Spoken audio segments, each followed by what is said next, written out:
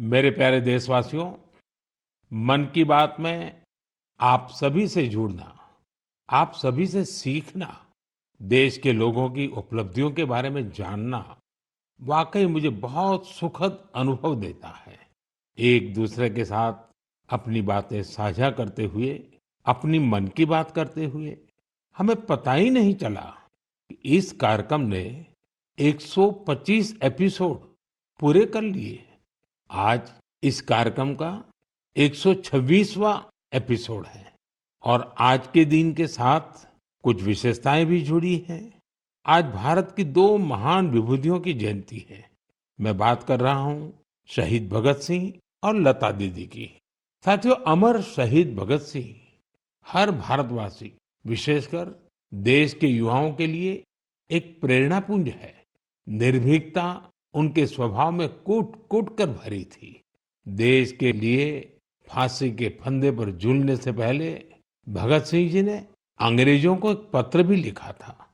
उन्होंने कहा था कि मैं चाहता हूं कि आप मुझे और मेरे साथियों से युद्ध बंदी जैसा व्यवहार करें। इसलिए हमारी जान फांसी से नहीं, सीधा गोली मारकर ली जाए। यह उनके अदम्य साहस का प्रमाण है। भगत सिंह जी लोगों की पीड़ा के प्रति भी बहुत संवेदनशील थे और उनकी मदद में हमेशा आगे रहते थे। मैं शहीद भगत सिंह जी को आदरपूर्वक श्रद्धांजलि अर्पित करता हूँ। साथियों, आज लता मंगेशकर की भी जयंती है। भारतीय संस्कृति और संगीत में रुचि रखने वाला कोई भी उनके गीतों को सुनकर अभिभूत हुए बिना नहीं रह सकता। उनके गीतों में वो सब कुछ है जो मानवीय संवेदनाओं को झकझोरता है। उन्होंने देशभक्ति के जो गीत गाए, उन गीतों ने लोगों को बहुत प्रेरित किया। भारत की संस्कृति से भी उनका गहरा जुड़ाव था। मैं लता दीदी के लिए हृदय से अपनी श्रद्धांजलि प्रकट करता हूँ। साथियों, लता दीदी जिन महाविभूतियों से प्रेरित थी, उनमें वीर सावरकर भी एक हैं, जिन्हें वो तात्या कहती थी। उन्होंने वीर सावरकर जी के कई गीतों को भी अपने सुरों में पिरोया। लता दीदी से मेरा स्नेह का जो बंधन था, वो हमेशा कायम रहा। वो मुझे बिना भूले हर साल राखी भेजा करती थी। मुझे याद है, मराठी सुगम संगीत की महान हस्ती सुधीर फडके जी ने सबसे पहले लता दीदी से मेरा परिचय कराया था। और मैंने लता दीदी को कहा कि मुझे आपके द्वारा गाया और सुधीर जी द्वारा संगीतबद्ध गीत ज्योति कलश छलके बहुत पसंद है। साथियों, आप भी मेरे साथ इसका आनंद लीजिए। साथियों, नवरात्रि के इस समय में हम शक्ति की उपासना करते हैं। हम नारी शक्ति का उत्सव मनाते हैं। बिजनेस से लेकर स्पोर्ट्स तक और एजुकेशन से लेकर साइंस तक, आप किसी भी क्षेत्र को लीजिए, देश की बेटियां हर जगह अपना परचम लहरा रही हैं। आज वे ऐसी चुनौतियों के भी पार कर रही हैं जिनकी कल्पना तक मुश्किल है। अगर मैं आपसे ये सवाल करूं, क्या आप समंदर में लगातार 8 महीने रह सकते हैं? क्या आप समंदर में पतवार वाली नाव, यानी हवा के वेग से आगे बढ़ने वाली नाव से 50,000 किलोमीटर की यात्रा कर सकते हैं? और वो भी तब जब समंदर में मौसम कभी भी बिगड़ जाता है। ऐसा करने से पहले आप हजार बार सोचेंगे, लेकिन भारतीय नौसेना की दो बहादुर ऑफिसर्स ने नाविका सागर परिक्रमा के दौरान ऐसा कर दिखाया है। उन्होंने दिखाया है कि साहस और दृढ़ संकल्प होता क्या है। आज मैं मन की बात के श्रोताओं को इन दो जाबाज ऑफिसर से मिलवाना चाहता हूँ। एक है लेफ्टिनेंट कमांडर दिलना और दूसरी है लेफ्टिनेंट कमांडर रूपा। ये दोनों ऑफिसर्स हमारे साथ फोन लाइन पर जुड़ी हुई हैं। हेलो। Hello sir. नमस्कार जी। नमस्कार सर। तो मेरे साथ लेफ्टिनेंट कमांडर दिलना और लेफ्टिनेंट कमांडर रूपा दोनों हैं आप साथ में? जी सर, दोनों है। चलिए आप दोनों को नमस्कारम और वणक्कम। वणक्कम सर। नमस्कारम सर। अच्छा, सबसे पहले तो देशवासी सुनना चाहते हैं आप दोनों के बारे में, आप जरा बताइए। सर मैं लेफ्टिनेंट कमांडर दिलना हूँ और मैं इंडियन नेवी में लॉजिस्टिक्स कैडर से हूँ सर। मैं नेवी में 2014 में कमीशन हुई थी सर और मैं केरला में कोझिकोड से हूँ। सर मेरा फादर आर्मी में थे और मेरा मदर हाउसवाइफ है। मेरा हस्बैंड भी इंडियन नेवी में ऑफिसर है सर और मेरा सिस्टर एनसीसी में नौकरी करती है। जय हिंद सर, मैं लेफ्टिनेंट कमांडर रूपा हूँ और मैं navy 2017 naval armament inspection cadre में ज्वाइन किया है और मेरे फादर तमिलनाडु से है और मेरे मदर पौंडीचेरी से है। मेरे फादर एयरफोर्स में थे सर। एक्चुअली डिफेंस ज्वाइन करने के लिए मुझे उनसे ही प्रेरणा मिली और मेरी मदर होम मेकर थी। अच्छा दिलना और रूपा, आपसे मैं जानना चाहूंगा कि आपकी जो सागर परिक्रमा में आपका एक्सपीरियंस देश सुनना चाहता है। और मैं पक्का मानता हूँ ये कोई सरल काम नहीं है, कई कठिनाइयां आई होगी, बहुत मुश्किलें आपको पार करनी पड़ी होगी। जी सर, मैं आपको ये बोलना चाहती हूँ कि लाइफ में सर एक बार हमें ऐसा मौका मिलता है जो हमारी जिंदगी बदल देती है सर। और ये सर्कम नेविगेशन वो हमारे लिए ऐसी एक अपॉर्चुनिटी थी जो इंडियन नेवी और इंडियन गवर्नमेंट ने हमें दिया है। और इस एक्सपेडिशन में हम लगभग 47,500 किलोमीटर सेल किया सर। हमने 2 अक्टूबर 2024 को निकला गोवा से और 29 मई 2025 को वापस आया। और इस एक्सपेडिशन हमें कंप्लीट करने के लिए 238 डेज लगे सर। और 238 डेज हम सिर्फ दोनों थे सर इस बोट पे।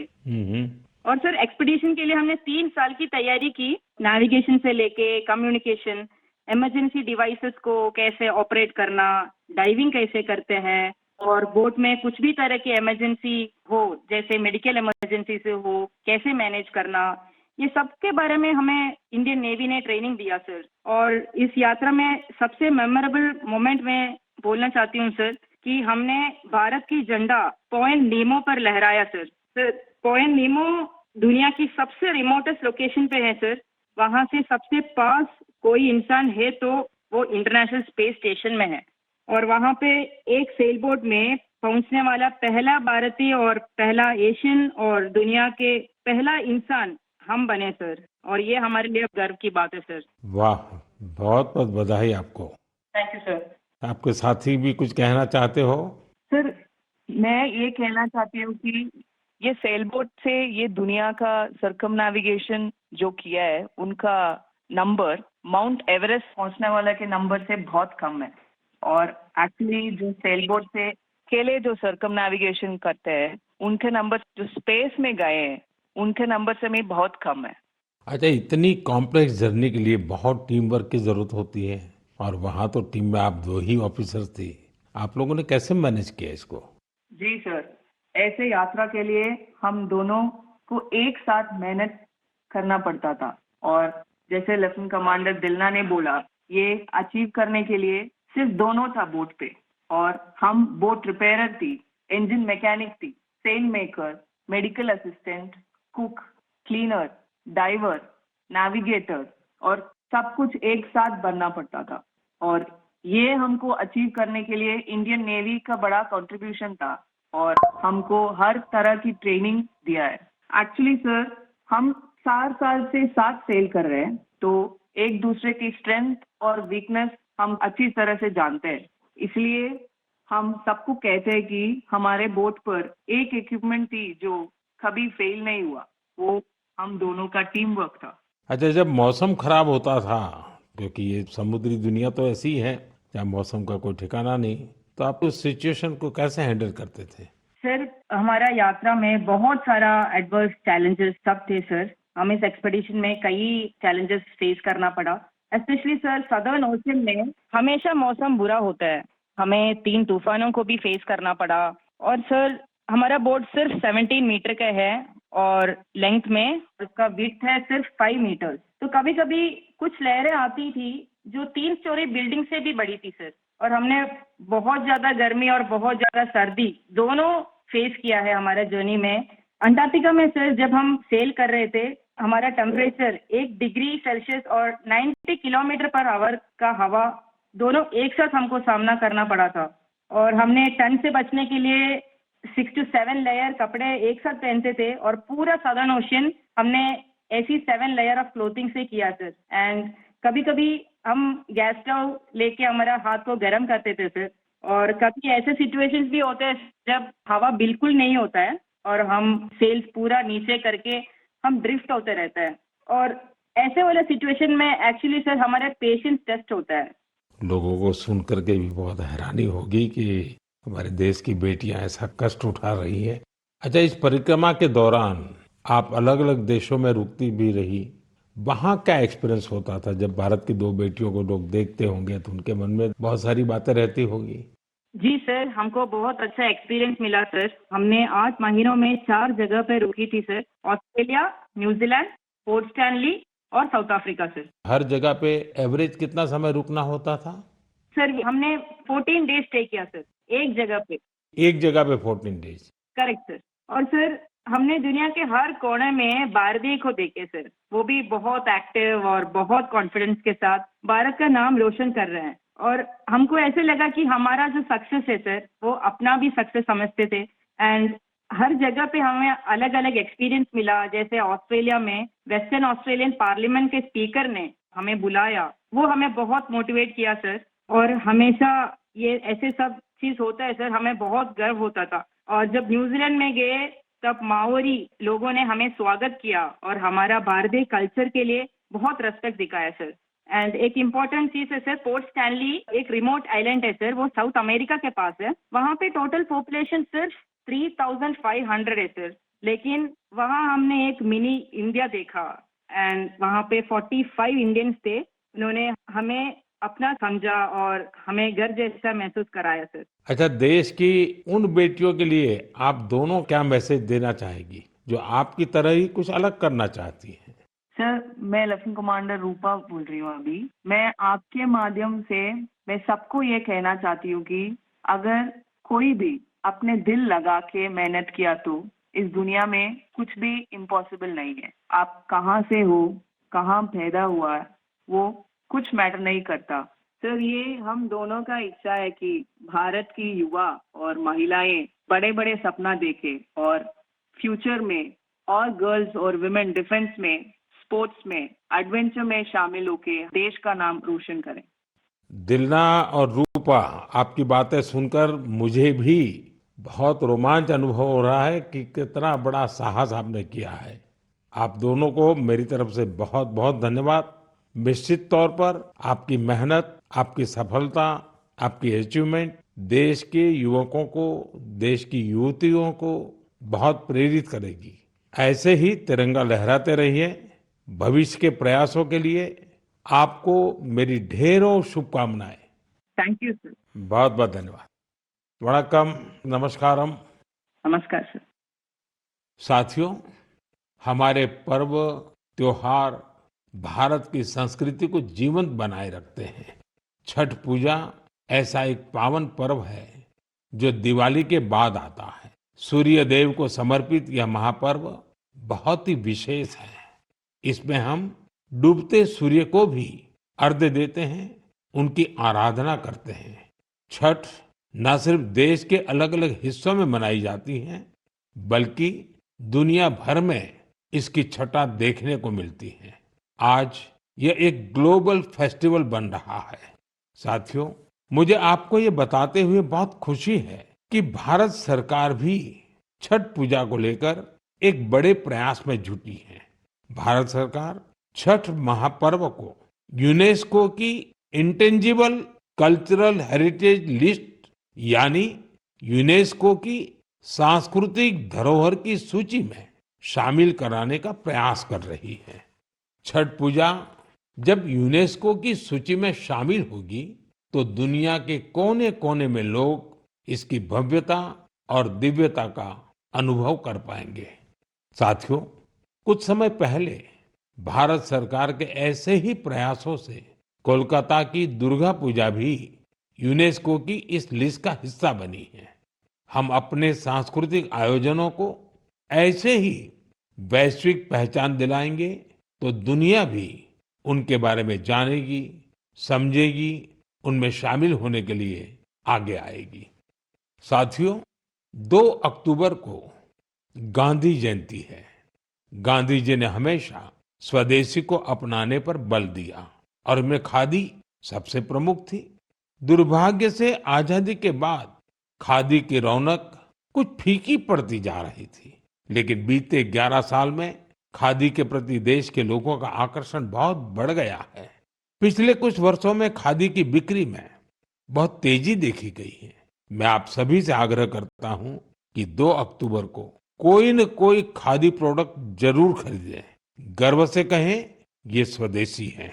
इसे सोशल मीडिया पर #वोकल फॉर लोकल के साथ शेयर भी करें। साथियों, खादी की तरह ही हमारे हैंडलूम और हैंडीक्राफ्ट सेक्टर में भी काफी बदलाव देखने को मिल रहा है। आज हमारे देश में ऐसे कई उदाहरण सामने आ रहे हैं जो बताते हैं कि अगर परंपरा और इनोवेशन को एक साथ जोड़ दिया जाए तो अद्भुत परिणाम मिल सकते हैं। जैसे एक उदाहरण तमिलनाडु के याज नेचुरल्स का है। यहाँ अशोक जगदीशन जी और प्रेम साल्वाराज जी ने कॉरपोरेट नौकरी छोड़ एक नई पहल की। उन्होंने घास और केला फाइबर से योगा मैट बनाए, हर्बल रंगों से कपड़े रंगे और 200 परिवारों को ट्रेनिंग देकर उन्हें रोजगार दिया। झारखंड के आशीष सत्यव्रत साहू जी ने जोहार ग्राम ब्रांड के जरिए आदिवासी बुनाई और परिधानों को ग्लोबल रैंप तक पहुंचाया है। उनके प्रयासों से आज झारखंड की सांस्कृतिक धरोहर को दूसरे देशों के लोग भी जानने लगे हैं। बिहार के मधुबनी जिले की स्वीटी कुमारी जी ने उन्होंने भी संकल्प क्रिएशन शुरू किया है। मिथिला पेंटिंग को उन्होंने महिलाओं की आजीविका का साधन बना दिया है। आज 500 से ज्यादा ग्रामीण महिलाएं उनके साथ जुड़ी हैं और आत्मनिर्भरता की राह पर हैं। सफलता की ये सभी गाथाएं हमें सिखाती हैं कि हमारी परंपराओं में आय के कितने ही साधन छिपे हुए हैं। अगर इरादा पक्का हो तो सफलता हमसे दूर नहीं जा सकती। मेरे प्यारे देशवासियों, अगले कुछ ही दिनों में हम विजयादशमी मनाने वाले हैं। इस बार विजयादशमी एक और वजह से बहुत विशेष है। इसी दिन राष्ट्रीय स्वयंसेवक संघ की स्थापना के 100 वर्ष हो रहे हैं। एक शताब्दी की ये यात्रा जितनी अद्भुत है, अभूतपूर्व है, उतनी ही प्रेरक है। आज से 100 साल पहले जब राष्ट्रीय स्वयंसेवक संघ की स्थापना हुई थी, तब देश सदियों से गुलामी की जंजीरों में बंधा था। सदियों की इस गुलामी ने हमारे स्वाभिमान और आत्मविश्वास को गहरी चोट पहुंचाई थी। विश्व की सबसे प्राचीन सभ्यता के सामने पहचान का संकट खड़ा किया जा रहा था।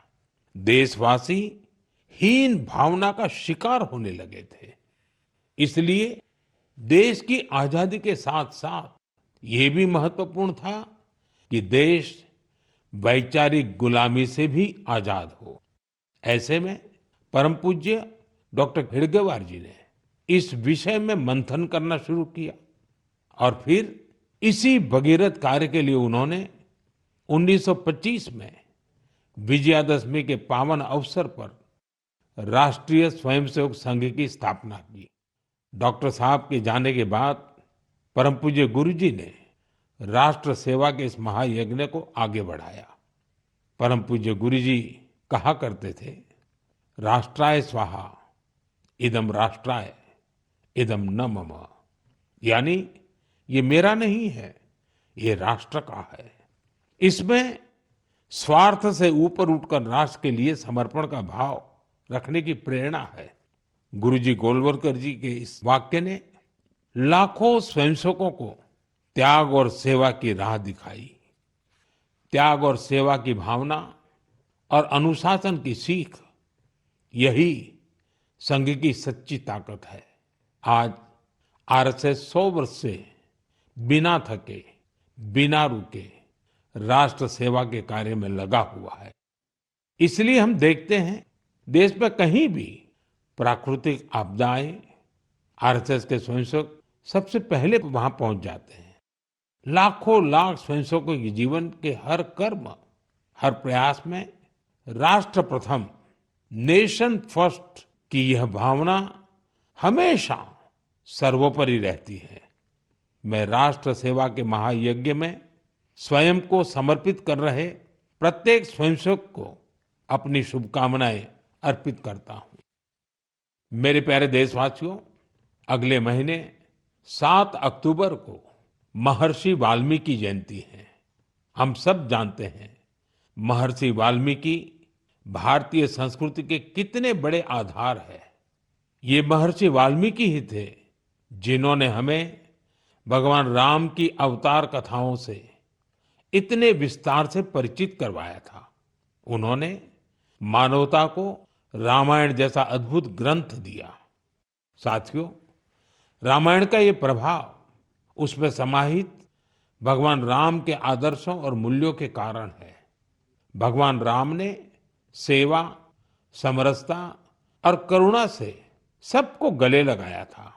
इसलिए हम देखते हैं महर्षि वाल्मीकि के रामायण के राम माता शबरी और निषाद राज के साथ ही पूर्ण होते हैं। इसलिए साथियों, अयोध्या में जब राम मंदिर का निर्माण हुआ तो साथ में निषाद राज और महर्षि वाल्मीकि का भी मंदिर बनाया गया है। मेरा आपसे आग्रह है, आप भी जब अयोध्या में रामलला के दर्शन करने जाएं तो महर्षि वाल्मीकि और निषाद राज मंदिर के दर्शन जरूर करें। मेरे प्यारे देशवासियों, कला, साहित्य और संस्कृति की सबसे खास बात होती है कि ये किसी एक दायरे में बंधी नहीं होती। इनकी सुगंध सभी सीमाओं को पार कर लोगों के मन को छूती है। हाल ही में पेरिस के एक कल्चरल इंस्टीट्यूट सौंथ मंडपा ने अपने 50 वर्ष पूरे किए। इस सेंटर ने भारतीय नृत्य को लोकप्रिय बनाने में अपना व्यापक योगदान दिया है। इसकी स्थापना मिलेना साल्विनी ने की थी। उन्हें कुछ वर्ष पहले पद्मश्री से सम्मानित किया गया था। मैं सौंथ मंडपा से जुड़े सभी लोगों को बहुत बधाई देता हूं और भविष्य के प्रयासों के लिए उन्हें शुभकामनाएं देता हूं। साथियों, अब मैं आपको 2 छोटी ऑडियो क्लिप सुना रहा हूं। इसमें भूपेन दा जी के प्रतिष्ठित गीत मनुहे मनुहार बाबे, इसका श्रीलंकाई कलाकारों ने सिंहली और तमिल में अनुवाद किया है। मैंने आपको इन्हीं का ऑडियो सुनाया है। कुछ दिनों पहले मुझे असम में उनके जन्म शताब्दी समारोह में शामिल होने का सौभाग्य मिला था। यह वास्तव में एक बहुत ही यादगार कार्यक्रम रहा। साथियों, असम आज जहां भूपेन हजारिका जी की जन्म शताब्दी मना रहा है, वहीं कुछ दिनों पहले एक दुखद समय भी आया है। जुबिन गर्ग जी के असामयिक निधन से लोग शोक में हैं। जुबिन गर्ग एक मशहूर गायक थे जिन्होंने देश भर में अपनी पहचान बनाई। असम की संस्कृति से उनका बहुत गहरा लगाव था। जुबिन गर्ग हमारी यादों में हमेशा बने रहेंगे और उनका संगीत आने वाली पीढ़ियों को मंत्र मुग्ध करता रहेगा। जुबिन गार्ग आसिल अहोमोर हमोस कृतिर उज्ज्वल रत्नो जनोतार हृदय तेयो हृदय जियाय थाकीबो। साथियों, कुछ दिन पहले हमारे देश ने एक महान विचारक और चिंतक S.L. भैरप्पा जी को भी खो दिया है। मेरा भैरप्पा जी से व्यक्तिगत संपर्क भी रहा और हमारे बीच कई मौकों पर अलग-अलग विषयों पर गहन बातचीत भी हुई। उनकी रचनाएं युवा पीढ़ी के विचारों को दिशा देती रहेगी। कन्नड़ा की उनकी बहुत सारी रचनाओं का अनुवाद भी उपलब्ध है। उन्होंने हमें बताया कि अपनी जड़ों और संस्कृति पर गर्व करना कितना मायने रखता है। मैं एसएल भैरप्पा जी को अपनी भावभीनी श्रद्धांजलि अर्पित करता हूं और युवाओं से उनकी रचनाएं पढ़ने का आग्रह करता हूं। मेरे प्यारे देशवासियों, आने वाले दिनों में एक के बाद एक त्योहार और खुशियां आने वाली हैं। हर पर्व पर हम खरीदारी भी खूब करते हैं और इस बार तो जीएसटी बचत उत्सव भी चल रहा है। साथियों, एक संकल्प लेकर आप अपने त्योहारों को और खास बना सकते हैं। अगर हम ठान लें कि इस बार त्योहार सिर्फ स्वदेशी चीजों से ही मनाएंगे, तो देखिएगा हमारे उत्सव की रौनक कई गुना बढ़ जाएगी। वोकल फॉर लोकल को खरीदारी का मंत्र बना दीजिए। ठान लीजिए, हमेशा के लिए जो देश में तैयार हुआ है वही खरीदेंगे। जिसे देश के लोगों ने बनाया है वही घर ले जाएंगे। जिसमें देश के किसी नागरिक की मेहनत है उसी सामान का उपयोग करेंगे। जब हम ऐसा करते हैं तो हम सिर्फ कोई सामान नहीं खरीदते, हम किसी परिवार की उम्मीद घर लाते हैं, किसी कारीगर की मेहनत को सम्मान देते हैं, किसी युवा उद्यमी के सपनों को पंख देते हैं। साथियों, त्योहारों पर हम सब अपने घर की सफाई में जुट जाते हैं, लेकिन स्वच्छता सिर्फ घर की चार दीवारी तक सीमित न रहे। गली, मोहल्ला, बाजार, गांव, हर जगह पर सफाई हमारी जिम्मेदारी बने। साथियों, हमारे यहाँ ये पूरा समय उत्सवों का समय रहता है और दिवाली एक प्रकार से महाउत्सव बन जाता है। मैं आप सबको आने वाली दीपावली की भी बहुत बहुत शुभकामनाएं देता हूं, लेकिन साथ साथ फिर से दोहराऊंगा, हमें आत्मनिर्भर बनना है, देश को आत्मनिर्भर बना करके ही रहना है और उसका रास्ता स्वदेशी से ही आगे बढ़ता है। साथियों, मन की बात में इस बार इतना ही। अगले महीने फिर नई गाथाओं और प्रेरणाओं के साथ मुलाकात करूंगा। तब तक आप सबको शुभकामनाएं। बहुत बहुत धन्यवाद।